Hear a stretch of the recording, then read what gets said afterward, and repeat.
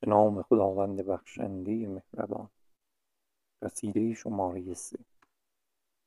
ز درج دیده در آورده‌ام لآلی را، نثار مقبره درة المعالی را.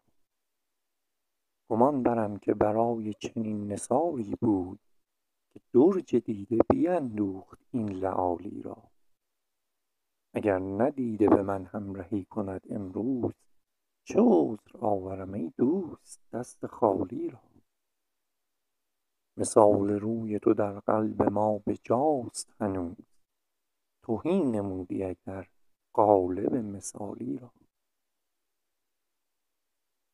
چنان بریدی از ما که کس نشان ندهد، به هیچ طایری این گونه تیزبالی را. مرا ز مرگ تو قامت هلالوار خمید، برآر سر بنگر قامت هلالی را.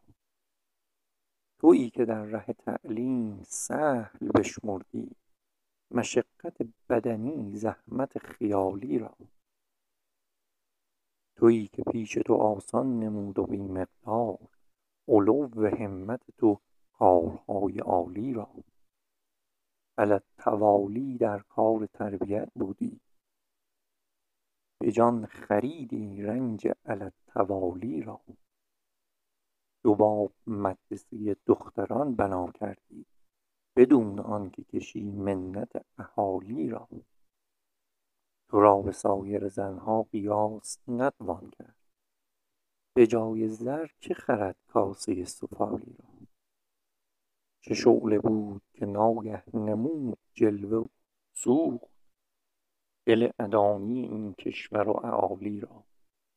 دقیقه‌ای ز خیالت فراغ بالم نیست، مگر به خواب بینم فراغ بالی را. مگر به خواب بینم فراغ بالی را.